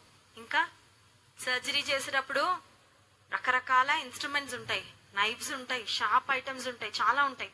అవి లేకపోతే పని జరగవు. ఇప్పుడు డాక్టర్ దగ్గర ఉండే ఆ ఇన్స్ట్రుమెంట్స్ ఎందుకండి? పేషెంట్ ని పాడు చేయడానికా? కాదు, బాగు చేయడానికి. ఆ ఆయుధాలు, ఆ సామగ్రి ఖచ్చితంగా ఉండాలి. ఆ ఇన్స్ట్రుమెంట్స్ ఖచ్చితంగా. విశ్వాస జీవితంలో కూడా మనం ఆత్మ సంబంధమైన ఆయుధాలు కలిగి ఉండాలంట. అవి బయట కనబడే ఆయుధాలు కాదు, కానీ అవి ఆత్మ సంబంధమైన యుద్ధోపకరణాలు. ఏంటి ఆయుధాలంటే రక్షణను శిరస్త్రానము, నీతి అను మైమరువు, నడుమునకు సత్యమను తట్టి, విశ్వాసమను డాలు, దేవుని వాక్యమను ఆత్మ ఖడ్గం. The most powerful weapon is the word of God. దేవుని వాక్యం అత్యంత విలువైన ఆయుధం ప్రతి విశ్వాసి దగ్గర ఉందండి. ఎందుకు లేదండి? నా దగ్గర ఉందండి, నా చేతిలోనే ఉందండి. చేతిలో ఉంది కానీ నీ బ్రెయిన్ లో లేదు, అదే ప్రాబ్లం. చేతిలో ఉంది కానీ నీ హృదయంలో లేదు, అదే ప్రాబ్లం. అందుకని నీకు శోధన రాగానే నువ్వు పడిపోతున్నావు. కొంతమందికి ఎన్ని వాక్యాలు కంఠస్థం వచ్చంటే 23వ కీర్తన, ఇంకండి కరోనా అప్పుడు అందరు 91 నేర్చేసుకున్నారు. 91వ కీర్తన, ఇంకా 103వ కీర్తన, 1వ కీర్తన, అంతే. ఇంకా అంతకు మించి దాటరండి. ఇప్పుడు ఒక ప్రశ్న అడుగుతాను, చెప్పండి. ఎల్కేజీలో A to Z నేర్చుకున్నాం, A for యాపిల్ నుంచి Z for జీబ్రా వరకు నేర్చుకున్నాం. నువ్వు ఇంటర్మీడియట్ డిగ్రీకి వచ్చాక కూడా A to Z, A for Apple, Z for zebra చెప్తే అవుతుందా? సిలబస్ పెరగాల, అవునా? రక్షణ పొందిన తొలి దినాల్లో నువ్వు ఆత్మీయ పసిబిడ్డగా, పసిబాలుడుగా ఉన్నప్పుడు చిన్న చిన్న విషయాలు, చిన్నవి నువ్వు కంఠస్థం చేసావు, చిన్న విషయాలు నువ్వు నేర్చుకున్నావు, అవగాహన చేసుకున్నావు. బట్ ఇప్పుడు you have been growing spiritually. ఆత్మీయంగా నువ్వు ఎదుగుతావు. నువ్వు రక్షణ పొంది ఎన్ని సంవత్సరాలైంది? ఎంత తెలుసు నీకు దేవుని వాక్యం? ఎంతగా దేవుని వాక్యాన్ని నువ్వు కంఠస్థం చేసావు? ఎంతగా దేవుని వాక్యాన్ని ధ్యానిస్తున్నావు? ఎంతగా దేవుని వాక్యాన్ని ఇతరులకు ప్రకటించగలిగే స్థాయికి ఎదిగావు? అంటే చాలా మందికి అక్కడ మాత్రం సిలబస్ మారలేదండి, అక్కడే ఉండిపోయారు. చెప్పుకోవడానికి మాత్రం రక్షణ పొంది 5 ఏళ్ళండి, 10 ఏళ్ళు అయిందండి, 20 సంవత్సరాలండి. But we haven't grown in the knowledge and wisdom of God's word. దేవుని వాక్య జ్ఞానంలో మాత్రం పెరగట్లేదు. ఎదగకపోతే, దేవుని వాక్యం అనే ఆత్మ ఖడ్గము నీ చేతిలో లేకపోతే, నీ జీవిత తుఫానులో నువ్వు ఎలా నిలదొక్కుకోగలవు? ఎలా జయించగలవు? విశ్వాసం అనే డాలు. శిష్యులకు అది లేదండి. యేసయ్య అందుకే వారిని అడిగిన ప్రశ్న ఏంటంటే, మీకు నమ్మిక లేదా? మీరింకనూ నమ్మిక లేక ఉన్నారా అని వారితో చెప్పెను. ఈ రెండవ తుఫాను, we have to note something here. ఇక్కడ మనం ఒక విషయం గమనించాలి. యేసయ్య వారితో ఉన్నప్పుడే వచ్చింది తుఫాను. కొంతమంది అనుకుంటారు యేసయ్య నాతో ఉంటే నాకు ఏ కష్టం రాదు.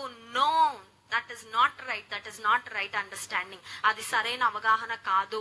నువ్వు రక్షణ పొందాక యేసై నీతో ఉంటే కూడా నీ జీవితంలో, నీ జీవిత పరిస్థితుల్లో కొన్ని తుఫానులు ఖచ్చితంగా వస్తాయి. కానీ the best part is this, నీ జీవితంలో నీకు ఎదురైన ప్రతి తుఫానును యేసయ్య అనుస్తాడు, ప్రతి తుఫానును ఆయన నిమ్మలపరుస్తాడు. హల్లెలూయా. He will calm every storm that's going to hit you in your life. నీ జీవితంలో నీవు ఎదుర్కొనే ప్రతి తుఫానును యేసుక్రీస్తు ప్రభువారు ఆయన అణచివేసే దేవుడు. ఈ రాత్రికాల సమయంలో ఒకవేళ నువ్వు చాలా విశ్వాసంగా బ్రతుకుతా ఉన్నావేమో, దేవుని మీద ప్రతి పరిస్థితులు ఆధారపడుతూ జీవిస్తున్నావేమో, but still you are encountering certain storms. అయినా కూడా నువ్వు కొన్ని తుఫాన్లు ఎదుర్కొంటా ఉన్నావు. బహుశా నీకు అనుమానం వచ్చిందేమో, దేవుడు నన్ను విడిచిపెట్టేశాడేమో, ఏసే నాతో ఉంటే నాకు ఈ పరిస్థితి ఎందుకు వచ్చింది, ఈ కష్టం ఎందుకు వచ్చింది, ఈ అనుకోని పరిస్థితి ఎందుకు నాకు సంభవిస్తా ఉంది, ఇలాంటి సంఘటనలు నేను ఎందుకు ఎదుర్కోవాల్సి వస్తా ఉందంటే, నీకెంత విశ్వాసం ఉందో బయటపడడానికి దేవుడు ఆ పరిస్థితి అనుమతించాడు. రెండవదిగా నీ జీవితంలో వచ్చిన తుఫానును అణచి యేసుక్రీస్తు ప్రభువారు మహిమను పొందాలని నీ జీవితంలో ఆ తుఫానును అనుమతించారు. మూడవ తుఫాను వద్దకు వస్తాను. అపోస్తల కార్యగ్రంథము 27వ అధ్యాయము, యాక్ట్స్ చాప్టర్ 27. అపోస్తల కార్యగ్రంథము 27వ అధ్యాయము 6వ వచనం. అక్కడ శతాధిపతి ఇటలీ వెళ్ళనయున్న అలెగ్జాంద్రియా పట్టణపు ఓడ కనుగొని అందులో మమ్మును ఎక్కించెను. అనేక దినములు మెల్లగా నడిచి ఎంతో కష్టపడి క్నీదుకు ఎదురుగా వచ్చినప్పుడు గాలి మమ్మును పోనీయకున్నందున క్రేతు చాటున సల్మోని ధరిని ఓడ నడిపించితిమి. బహు కష్టపడి దాని దాటి మంచిరేవులు అని ఒక స్థలమునకు చేరితిమి. పౌలు అనే దైవజనుని ఇటలీ అనే మరి ప్రాంతానికి ఒక ఖైదీగా వారు తీసుకొని వెళ్తున్న సమయంలో పౌలు భక్తుడు ఒక బోట్ లో, ఒక షిప్ లో ఉన్నారండి, ఒక ఓడలో ఉన్నారు. ఈ ఓడలో ఉన్నప్పుడు ఒక భయంకరమైన తుఫాను వారున్న సముద్రంలో వచ్చింది. సముద్రంలో తుఫాను వచ్చిందంటే చాలా కష్టం అండి, వెరీ వెరీ డిఫికల్ట్. మా పెళ్ళైన క్రొత్తలో అండమాన్ నికోబార్ ఐలాండ్స్ లో మీటింగ్స్ ఉంటాయి. దైవజనులు జాన్ వెస్లీ గారు, నేను అక్కడికి వెళ్ళడం జరిగింది. మీటింగ్స్ అయిపోయిన తర్వాత అక్కడ హ్యావ్లాక్ అని ఒక ఐలాండ్ ఉంటది, చాలా బ్యూటిఫుల్ ఐలాండ్ అని చెప్పారు. ఐలాండ్ చూడడానికి మేము ఒక ఫెర్రీ ఎక్కాం. ఫెర్రీ ఎక్కినప్పుడు బానే ఉంది, సముద్రము చాలా నిమ్మళంగా ఉంది. కానీ మా ఫెర్రీ ఎప్పుడైతే మిడిల్ ఆఫ్ ద సీకి వెళ్ళిందో చాలా పెద్ద తుఫాన్ స్టార్ట్ అయిపోయిందండి. ఆ తుఫానులో ఓడ ఎగిసి పడుతుంది అనమాట. ఎట్లా ఉందంటే ఎప్పుడు మునిగిపోతుందా ఓడ అన్నట్లుంది పరిస్థితి. ఆ అద్దాలలో నుంచి, గ్లాసెస్ లో నుంచి బయట నీళ్లు మా ఫెర్రీని వచ్చి చాలా ఫాస్ట్ కొడతా ఉన్నాయండి. నిజానికి చూస్తా ఉంటే ఎట్లా అనిపించిందంటే మేము అసలు దరికి చేరతామా లేదా అన్న పరిస్థితి. మా వివాహమైన తొలి దినాలు 12 సంవత్సరాల క్రితం జరిగిన సంఘటన. ఆ సమయంలో ఓడలో ఉన్న చాలా మంది ఏడవడం స్టార్ట్ చేశారు. ఆల్మోస్ట్ ఓడలో ఉన్న ప్రతి ఒక్కరికి వామిటింగ్స్ అయిపోతూ ఉన్నాయి. వెస్లీ గారికి అవ్వలేదు కానీ నాకు కంటిన్యూస్ గా వామిటింగ్స్ అవుతూనే ఉన్నాయి. ఎందుకంటే కడుపు తిప్పేస్తా ఉందండి, చాలా భయంకరమైన పరిస్థితి. బయట చూస్తే దరిదాపుల్లో షోర్ కనబడట్లేదు. అండమాన్ నుంచి బయలుదేరాం, ఆ ఐలాండ్ షోర్ గానీ మళ్ళీ వెనక్కి వెళ్ళడానికి వెనక షోర్ కూడా కనబడట్లేదు. We're in the middle of the sea, Indian Ocean మధ్యలో ఉన్నాం కరెక్ట్ గా. మేము ఆ సమయంలో ఒకటే ప్రార్థన చేసాం, దేవా బ్రతికించు, ఎందుకంటే మేము చేయాల్సిన సేవ చాలా. We want to live for you, we want to serve you. ఈ తుఫాన్ అయితే వచ్చిందేమో, ఈ తుఫాను అయితే ఎదుర్కొంటున్నామేమో, కానీ మమ్మల్ని క్షేమంగా నువ్వు దరికి చేర్చయ్యా. దేవుడి మహాకృప, we have safely reach the shore. దేవుడు క్షేమంగా దరికి చేర్చాడండి. దైవజనుడైన పౌలును ఒక ప్రిజనర్ గా బంధించి ఇటలీ అనే ప్రాంతానికి తీసుకొని వెళ్తా ఉన్నప్పుడు సడన్ గా ఒక తుఫాన్ వచ్చింది. ఆ తుఫాన్ వచ్చిన సందర్భంలో పౌలు అనే దైవజనుడు, he had a direct connection with God. దేవునితో ఒక సాన్నిహిత్యమైన సంబంధాన్ని కలిగిన దైవజనుడు, he heard from God and he started speaking with his fellow travellers. దైవజనుడు దేవుని నుండి సందేశాన్ని పొందుకొని తన తోటి వారితో ఒక విషయాన్ని చెప్పాడు. చూడండి, అపోస్తల కార్యగ్రంథం 27వ అధ్యాయం 10వ వచనం. అప్పుడు పౌలు, అయ్యలారా, ఈ ప్రయాణము వలన సరుకులను ఓడకును మాత్రమే కాక మన ప్రాణములకు కూడా హానియు బహు నష్టమును కలుగునట్లు నాకు తోచుచున్నదని చెప్పి వారిని హెచ్చరించెను. అయినను శతాధిపతి పౌలు చెప్పినది నమ్మక నావికుడును ఓడ యజమానుడును చెప్పినదే నమ్మెను. పౌలు భక్తుడు అంటున్నాడు, it is not safe for us to travel. ఇప్పుడు మనం ముందుకు వెళ్ళడం మంచిది కాదంటే ఆ ఓడలో ఉన్న వాళ్ళు అంటున్నారు, నువ్వేంటయ్యా నువ్వు ఒక ప్రిజనర్ గా ఉన్నావు, we don't care about your words, నీ మాటలు మేము లెక్క చేయాల్సిన అవసరము లేదు. ఒక మాట చెప్పనివ్వండి, దేవునితో నడిచే వ్యక్తి యొక్క మాటలు they carry lot of weight. ఆ మాటలకి చాలా విలువ ఉంటది. విలువిచ్చి విధేయత చూపిస్తే దీవెన. ఈ రోజుల్లో చాలా మంది దైవజనుల మాటలంటే లెక్క ఉండదండి. దేవుని సేవకుల మాటలంటే లెక్క. ఆ దేవుని సేవకుడు అండి, ఆయన ఎంత చదువుకున్నాడండి? నేను చాలా చదువుకున్నానండి. దేవుని సేవకుడు అండి, ఆయన ఫైనాన్షియల్ స్టేటస్ ఏంటండి? మేము చాలా రిచ్ అండి, మేము చాలా వెల్ ఆఫ్ అండి. ఆయన మాటలు మేము ఎందుకు లెక్క చేయాలండి? ఎగ్జాక్ట్ గా ఆ ఓడలో ప్రజల యొక్క యాటిట్యూడ్ కూడా అలాగే ఉందండి. దైవజనుడైన పౌలు దేవుని యొక్క బిడ్డ, ఆయన he could hear from God, దేవుని ద్వారా నడిపించబడుతున్న వ్యక్తి అని వారు తెలుసుకోలేని స్థితిలో దైవజనుని మాటకు విలువ ఇవ్వక వారు ప్రయాణాన్ని ప్రారంభించిన తర్వాత 14వ వచనం, కొంచెము సేపు అయిన తర్వాత ఉరుకులోను అను పెనుగాలి క్రేతు మీద నుండి స్టార్ట్ అయిపోయిందండి. స్టామ్, గొప్ప తుఫాను ఆ సముద్రంలో స్టార్ట్ అయినప్పుడు వారి సరుకులన్నీ ఆ ఓడలో నుండి పడేస్తున్నారంట. దైవజనుడు ముందే చెప్పాడు కదా, ఇప్పుడు ఈ టైంలో మనం ప్రయాణం చేయడం మంచిది కాదని, కొంచెం ఆగుంటే బాగుండేది, అయినా ప్రయాణం చేస్తామని వెళ్ళారు. సరుకులన్నీ యోనా జీవితంలో ఫస్ట్ స్టామ్ లో కూడా మనం అదే చూసాం కదా. యోనా దేవుని మాటకు అవిధేయత చూపించి ఓడని ఎక్కినందుకు ఆ సముద్రంలో తుఫాను రావడం వలన ఆ ఓడ యొక్క బరువు తగ్గించాలని ఆ ఓడలో ఉన్న వాళ్ళందరూ సరుకులెత్తి బయటపడేశారంటండి. వారందరికీ చాలా నష్టం వచ్చింది. ఫైనాన్షియల్ లాస్ చాలా వారు ఎదుర్కోవాల్సి వచ్చింది. ప్రాణాలైతే కాపాడబడ్డాయి. కానీ ఇక్కడ కూడా మనం చూసినట్లయితే 18వ వచనం, మిక్కిలి పెద్ద గాలి కొట్టుచున్నందున మరునాడు సరుకులు పారవేయసాగిరి. 3వ దినమందు తమ చేతులార ఓడ సామగ్రి పాడవేసిరి. కొన్ని దినములు సూర్యుడైనను నక్షత్రములైనను కనబడక పెద్ద గాలి మా మీద కొట్టినందున ప్రాణములతో తప్పించుకొందుమని ఆశ బొత్తిగా. ఓడలో ఉన్న వారి పరిస్థితి ఏంటంటే they last hope in life. ఈ రాత్రి కూడా కొంతమంది ఈ ప్రాంతానికి వచ్చి వారి మనసులో నిరీక్షణ కోల్పోయారండి. Maybe because of their family problems, maybe because of their financial problems, maybe because of their situations they are facing. వారి యొక్క కుటుంబ సమస్యలో, ఆర్థిక సమస్యలో, వ్యక్తిగత సమస్యలో, వారు ఎదుర్కొంటున్న సమస్యలను బట్టి జీవితంలో ఆశను కోల్పోయిన స్థితిలో ఉన్నారు. ఆ ఓడలో ఉన్న ప్రజలు కూడా ఆ తుఫానులో చిక్కుకున్న సమయంలో వారు బ్రతుకుతామన్న ఆశను, బ్రతకమని జీవితాన్ని దేవుడిచ్చాడు గాని ఇక ఈ బ్రతుకు వద్దు అని నిరాశకు మనల్ని లాగేది ఎవరంటే అపవాదండి. ఈ రోజుల్లో చాలా మంది ఆత్మహత్యలు చేసుకొని తమ ప్రాణాలు తీసుకుంటా ఉన్నారు. నిన్న రాత్రి yesterday night we were in Kurnool అనే సిటీలో 3 దినాలు మరి సభలు నిర్వహించి ఇక్కడికి రావడం జరిగింది. ఆ కర్నూలు సభలు అయిపోయిన తర్వాత ఒక ఫ్యామిలీ మా దగ్గరకు వచ్చారు ప్రార్థన చేయించుకోవడానికి. ఆ కుటుంబంలో తండ్రి తల్లి చాలా డిప్రెషన్ లో ఉన్నారండి. ఆ తండ్రి మానసిక స్థితి అయితే అస్సలు బాలేదు.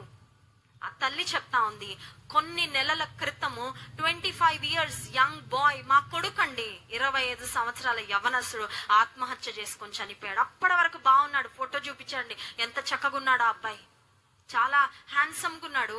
చేతికి అందొచ్చిన కొడుకు, ఇంట్లో పెద్ద అబ్బాయి, ఆ అబ్బాయికి ఒక చెల్లుంది. సడన్ గా ఎవరికి చెప్పలేదంట, ఆత్మహత్య చేసుకున్నాడు. ఆ కుటుంబం ఈ రోజుకి తేరుకోలేకపోతా ఉంది. అమ్మ నాన్న పిచ్చోళ్ళలాగా ఉన్నారండి. ఆ డిప్రెషన్ నుండి బయటకు రాలేకపోతున్నారు. చేతికి అందొచ్చిన కొడుకు, ఎన్ని ఆశలు పెట్టుకున్నాం మా కుమారుని మీద, సడన్ గా మా కళ్ళ ముందు నుండి వెళ్ళిపోయాడే. ఈ రాత్రికాల సమయంలో ఒకవేళ నువ్వు జీవితం మీద ఆశను కోల్పోయావా, నీకు బ్రతుకిచ్చిన యేసయ్య వైపు చూడు, ఆయన నీ బ్రతుకు నిలబెడతాడు. You do not have to lose hope. దేవుడు ఉన్నంత వరకు నువ్వు జీవితంలో ఆశను కోల్పోవాల్సిన అవసరము లేదు. ఎలాంటి తుఫానులో నీ జీవితము చిక్కుకున్నా ఆయన నిన్ను ప్రాణాలతో కాపాడుతాడు, నిన్ను గట్టెక్కిస్తాడు. నీ పరిస్థితుల నుండి దేవుడు నీకు అధిగమించే శక్తి ఇస్తాడు. నిరాశపడద్దు. ఈ రోజులో అపవాది చాలా మంది చెవుల్లో చెప్పే మాట ఏంటో తెలుసా? నీ సమస్యలకు సింపుల్ పరిష్కారం ఏంటంటే ప్రాణం తీసేసుకుంటా. You do not have to deal with the problems in life. జీవితంలో ఎదుర్కొనే సమస్యలతో నువ్వు ఇబ్బంది పడాల్సిన అవసరం లేదు కదా. ఈ జీవితం మనం అనుకుంటే మనం ఈ లోకంలోకి రాలేదండి. మనం అనుకొని వచ్చామా? మనం అనుకొని ఏ తల్లికి పుట్టాలో, ఏ తల్లి గర్భంలో మనం ఫామ్ అవ్వాలా, is it or plan, is it or idea? మన తలంప, మన ప్రణాళిక, మన ఉద్దేశమా? కాదే. ఏ దేశంలో ఏ తల్లికి ఏ తండ్రికి మనం ఏ సమయంలో ఏ కాలంలో పుట్టాలో God decided it, not ourself. మనం వెంచుకోలేదు. ఏ పోలికలో పుట్టాలి, ఏ స్కిన్ టెక్స్చర్ లో పుట్టాలి, ఎలాంటి వెంట్రుకలు ఉండాలి, ఎలాంటి వాయిస్ ఉండాలి, ఎలాంటి కన్నులు ఉండాలి, ఎవ్రీథింగ్ గాడ్ హెస్ డిజైన్డ్. మనం ఎవరం అనుకొని రాలేదండి ఈ ప్రపంచంలోకి. బహుశా కొంతమంది అనుకుంటారేమో, I wish I was Born in the America, నేను యుఎస్ లో పుట్టుంటే బాగుండేది, నేను ఇంకెక్కడో పుట్టుంటే బాగుండేది, నేను సీఎం గారి ఇంట్లో పుట్టుంటే బాగుండేది. మన చాయిస్ కాదది, దిస్ ఇస్ గాడ్స్ చాయిస్. నువ్వు ఎక్కడ, ఎప్పుడు, ఏ సమయంలో, ఎలా పుట్టాలో, ఏ పరిస్థితుల్లో పుట్టాలో అన్ని దేవుడు ప్లాన్ చేసి ఈ లోకంలోకి నిన్ను పుట్టించాడు. అందుకే దైవజనుడైన దావీదు భక్తుడు అంటాడు, నీవు నన్ను కలుగజేసిన విధమును చూడగా నాకు భయమును ఆశ్చర్యమును పుట్టుచున్నది. I'm fearfully and wonderfully made. నిజమే, ఒక్కొక్కరిని ఒక యునిక్ క్రియేషన్ గా దేవుడు చేశాడండి. నీలాంటి వారు ప్రపంచంలో ఇంకెవ్వరూ లేరు. మనిషిని పోలిన మనిషి 7 ఉంటారంటారు, కానీ చూపించండి. ఎవరైనా న్యూస్ పేపర్లు ఎవరైనా చూసారండి? Have you ever seen? కొద్దిగా ఏమైనా పోలికలు కలుస్తేమో కానీ no, you are so unique. అంత యునిక్ గా దేవుడు మనలో ఒక్కొక్కరిని ఇన్ని కోట్ల మందిలో దేవుడు సృష్టించాడంటే ఆయనకు నీ పట్ల ఒక గొప్ప ప్రణాళిక ఉంది. God has a plan for your life. కొన్నిసార్లు మనం ఏదైనా ఫ్రెజైల్ ఐటమ్స్ ఉంటే అవి ప్యాక్ చేసిన బాక్సెస్ మీద ఒక మాట రాస్తారు, హ్యాండిల్ విత్ కేర్ అని. చూసారండి? గాజు వస్తువులు లేదంటే ఎలక్ట్రానిక్ ఐటమ్స్ మనం కొనుక్కొని ఇంటికి తీసుకువెళ్ళేటప్పుడు, ఎల్ఈడి టీవీయో ఇలాంటివి మనం కొనుక్కొని తీసుకెళ్లేటప్పుడు ఆ బాక్స్ మీద ఒక మాట రాస్తారు, హ్యాండిల్ విత్ కేర్. జాగ్రత్తగా హ్యాండిల్ చేయండి, లేకపోతే పగిలిపోతాయని.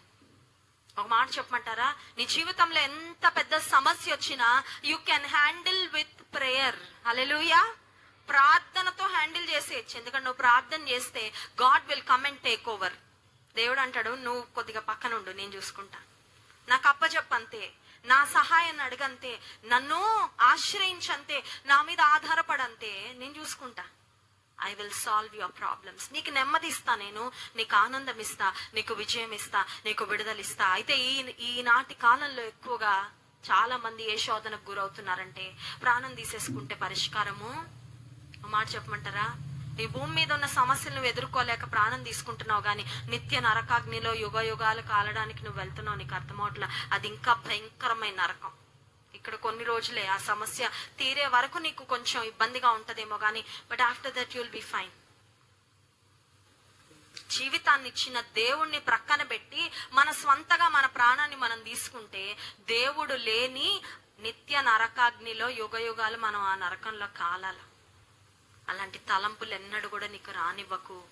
దేవుడు నీకు ఆరోగ్యము ఆయుష్ ఇచ్చినంత వరకు బ్రతుకు, దేవుడు కొరకు బ్రతుకు, దీవెనకరంగా బ్రతుకు, 10 మందికి ఆశీర్వాదకరంగా నీవు జీవించు. ఆ ఓడలో ఉన్న వారందరూ కూడా దే లాస్ట్ హోప్.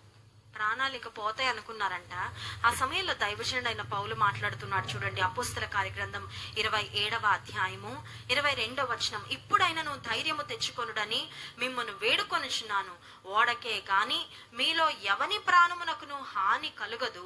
నేను ఎవని వాడనో ఎవరిని సేవించుచున్నానో ఆ దేవుని దూత గడిచిన రాత్రి నా యొద్ద నిలిచి, పౌలా భయపడకుము, నీవు కైసరి ఎదుట నిలవవలసి ఉన్నది.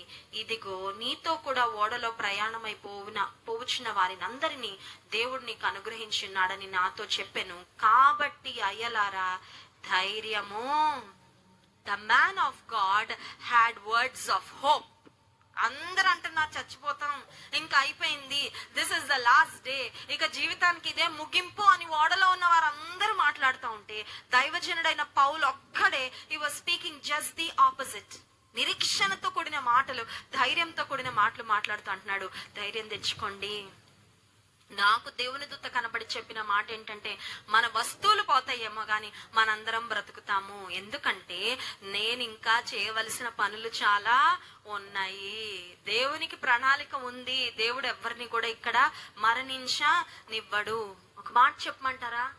దేవుని 5 నిమిషాలకు ఒకసారి భర్తకు ఫోన్ చేసి, వీధి దాటారా, ఆఫీసు వీధిలోకి వెళ్ళారా, సీటు దగ్గర కూర్చున్నారా, తిన్నారా, ఇదే అన్నమాట. ఏంటంటే ఒక రకమైన ఆందోళన. ఈ రోజుల్లో యాంగ్జైటీ అటాక్స్ చాలా మందికి అవుతా ఉన్నాయి. కారణం ఏంటంటే వారు వారి భారాన్ని చింత యావత్తును దేవుని మీద వేయలేక ప్రతి చిన్న దానికి కలవర పడిపోతా ఉంటారు, కంగారు పడిపోతా ఉంటారు. అలాంటి వారు ఉంటే ఇంట్లో వాళ్ళకు కూడా చాలా ఇబ్బంది అండి. ఎందుకంటే వాళ్ళొక్కరే డిస్టర్బ్ అవ్వరు, అందరిని డిస్టర్బ్ చేస్తూ ఉంటారు. అర్థమైందా? కొంతమందికి ఒక రోగం, నేను వెళ్ళిపోతా విన్నారండి? నేను ఎప్పుడు అనద్దు, అట్లా అన్న వాళ్ళు త్వరగా వెళ్ళిపోతారు. ఎందుకంటే నీ మాట చొప్పున నీకు జరుగుతుంది. అర్థమైందా? నేను చావను, సజీవుడనై నేను దేవుని క్రియలు వివరిస్తాను. అది చెప్పును. హల్లెలూయా. నేను బ్రతుకుతానని చెప్పు. నేను 10 మందిని బ్రతికిస్తానని చెప్పు. నేను బ్రతుకుతాను, దేవుడిచ్చిన నిండు ఆయుష్ నేను బ్రతుకుతా. I will live for God. I will live to glorify God. I will live to serve God. I will live to be a blessing. చెప్పు, ఆ మాటలు చెప్పు. కొంతమందికి 102 జ్వరం రాగానే ఇంకా అయిపోయింది, చిన్నోడు పెద్దోడు 2రా ఆస్కాయితాలు అక్కడ ఉన్నాయి, మీ అమ్మని కొంచెం బాగా చూసుకోండి, ఏమి అవ్వదు నీకు, రేపు పొద్దునకి విల్ బి ఫైన్. కానీ ఏమవుతుందంటే మైండ్లో చాలా త్వరగా వాళ్ళు ఫిక్స్ అయిపోతారు అనమాట. ఇంకా మాట్లాడద్దు అలాంటి మాటలు. ఆ ఓడలో ఉన్న వారందరూ కూడా they started speaking week words, బలహీనమైన మాటలు మాట్లాడుతూ ఉంటే దైవజనుడు అంటున్నారు, ధైర్యం తెచ్చుకొనుడి. 25వ వచనం, నాతో దూత చెప్పిన ప్రకారము జరుగునని నేను దేవుని నమ్ముచున్నాను. God has created you for a reason. కారణం లేకుండా ఈ లోకంలో ఎవ్వరం లేమండి, తెలుసా? కారణ జన్ములం మనం. You know that? మన జీవితానికి ఒక మంచి కారణం ఉంది, ఉద్దేశం ఉంది. ఊరికే పుట్టించలా. కిన్లే బాటిల్స్ మ్యానుఫ్యాక్చరింగ్ యూనిట్ మీరు వెళ్తే ఒక్క బాటిల్ ఉంటుందండి, దానిలో 10,000 బాటిల్స్ అని ప్రోగ్రామింగ్ లో నంబర్ పెట్టి ఆన్ చేయగానే టక్ టక్ టక్ టక్ టక్ టక్ బాటిల్స్ వచ్చేస్తూ ఉంటాయి. అట్లా సృష్టించలేదు మనల్ని దేవుడు. ఈ ఒక వస్తువులాగా నిన్ను నన్ను దేవుడు సృష్టించాలా. God has a unique plan for each and every one of us. మన ఒక్కొక్కరి పట్ల ఒక ప్రత్యేకమైన ఉద్దేశము, ప్రత్యేకమైన ప్రణాళిక ఉంది. ఆయన ఉద్దేశం నెరవేరే వరకు మనకి ఏమీ, ఎవ్వరొచ్చి నిన్ను ఏం చేయాలనుకున్నా ఏమీ. కొంతమందికి భయాలు ఎక్కువ అండి. ఇంటి ముందు కొంతమంది ఉదయం లేసేసరికి నిమ్మకాయలు చూసారనుకోండి, నిమ్మకాయలు చూడగానే మొదలవుతుంది టెన్షన్. ఏదో మా వెస్లీ గారు చెప్తా ఉంటారు ఒక మాట, ఇంటి ముందు నిమ్మకాయలు కనబడితే అవి లోపలికి తెచ్చి బాగా కడుక్కొని నిమ్మకాయ జ్యూస్ చేసుకొని తాగండి అని. అర్థమైందా? ఏం చేయవు అవి, ఏమైనా చేస్తాయా? నువ్వు దేవుని చేతిలో, సర్వశక్తిమంతుడైన దేవుని చేతిలో నువ్వు ఉన్నంత కాలం నీ వెంట్రుకను కూడా ఎవరు పీకలేరు. హల్లెలూయా. నిన్నెవరు ముట్టుకొని కూడా ముట్టుకోలేరు. ఎందుకంటే దేవుడు చెప్తున్న మాట, నిన్ను ముట్టిన వాడు నా కనుగుడ్డును ముట్టిన వాడని ఎంచుతానన్నాడు. హల్లెలూయా. కనుగుడ్డును మనమన్నా ముట్టనిస్తామండి? చేతులు షేక్ హ్యాండ్ ఇస్తామేమో, భుజం మీద చెయ్యి వేయనిస్తామేమో, కంటి లోపల ఎవరైనా ముట్టుకొనిస్తామా? వీడెవర్ అలౌ. వెంటనే కను క్లోజ్ చేసేస్తాం కదా, ఎవరికి అంత ఛాన్స్ ఇవ్వం. దేవుడు అంటున్నాడు, నిన్నెవరైనా ముట్టుకుంటే నా కనుగుడ్డును ముట్టినట్లు నేను. ఎందుకు భయపడుతున్నావు? ఎందుకు కలవరపడుతున్నావు? ఎందుకు కృంగిపోతున్నావు? ఎందుకు మరణాన్ని గురించిన ఆలోచనలు నీకు ఎక్కువ వస్తా ఉన్నాయి? ఎందుకు మరణించాలని నువ్వు ఆశపడతా ఉన్నావు? నో, దేవుడి జీవితాన్ని ఇచ్చింది ఎందుకంటే జీవిత తుఫాన్లో చిక్కుకొని నువ్వు మునిగిపోవాలని కాదు. 3 తుఫాన్లో మీరు చూడండి, ఒక్క తుఫాన్లో కూడా దేవుని బిడ్డలు మునిగిపోయి చచ్చిపోలే. హల్లెలూయా. నీ జీవితంలో సమస్యలు ఎందుకు వస్తున్నాయి తెలుసా? మొట్టమొదటిగా అయితే యోనా వలె అవిధేయత వలనైనా అవిధేయతకు పర్యవసానంగా బుద్ధి చెప్పడానికి, దేవుని వైపు తిప్పడానికి వస్తున్నాయి. రెండవది మనలో విశ్వాసం ఉందా అవిశ్వాసం ఉందా బయట పెట్టడానికి వస్తున్నాయి. మూడవది నీవు నేను ధైర్యం తెచ్చుకొని దేవుని మీద ఆధారపడి దేవుని చిత్తాన్ని నెరవేరుస్తూ ముందుకు సాగడానికి సాక్షార్థంగా వస్తున్నాయి తప్ప ముంచడానికి మాత్రం తుఫానులు రావు. కలవరపడద్దు. నీ జీవితంలో ఏ తుఫాను నువ్వు ఎదుర్కొంటున్నా ఈ రాత్రికాల సమయంలో, let me tell you, I'm closing, నేను ముగిస్తా ఉన్నా. ఎటువంటి సమస్యలు నువ్వున్నా, అది కుటుంబ సమస్య అయినా, ఆర్థిక సమస్య అయినా, ఆరోగ్య సమస్య అయినా, నీ వ్యాపారంలో సమస్య అయినా, నీ సమస్యలన్నిటికన్నా నీ దేవుడు చాలా గొప్పవాడు, నీ దేవుడు చాలా అధికుడు. హల్లెలూయా. God is so big, so huge. He can handle anything and everything for you. సృష్టిని దేవుడు శాసించడండి, ఎందుకంటే సృష్టి మీద సర్వాధికారం ఆయనకి. ఈ ప్రపంచంలో ఆయనకి సర్వాధికారము. రోగాలు ఆయన మాట విన్నాయి, సృష్టి ఆయన మాట వినింది. తుఫానును ఆయన గద్దించాడంట అంతే. మన కుక్కని గద్దిస్తే అది మొరగడం ఆపుతుంది, కానీ తుఫాను ఆగంటే ఆగుతుందా? కానీ దేవుని మాట విన్నది తుఫాను. You know why? సృష్టిని శాసించగలిగిన దేవుడు సృష్టిని ఆయన సృజించాడు కాబట్టి ఈ సృష్టి అంతా ఆయన అధికారానికి లోబడింది.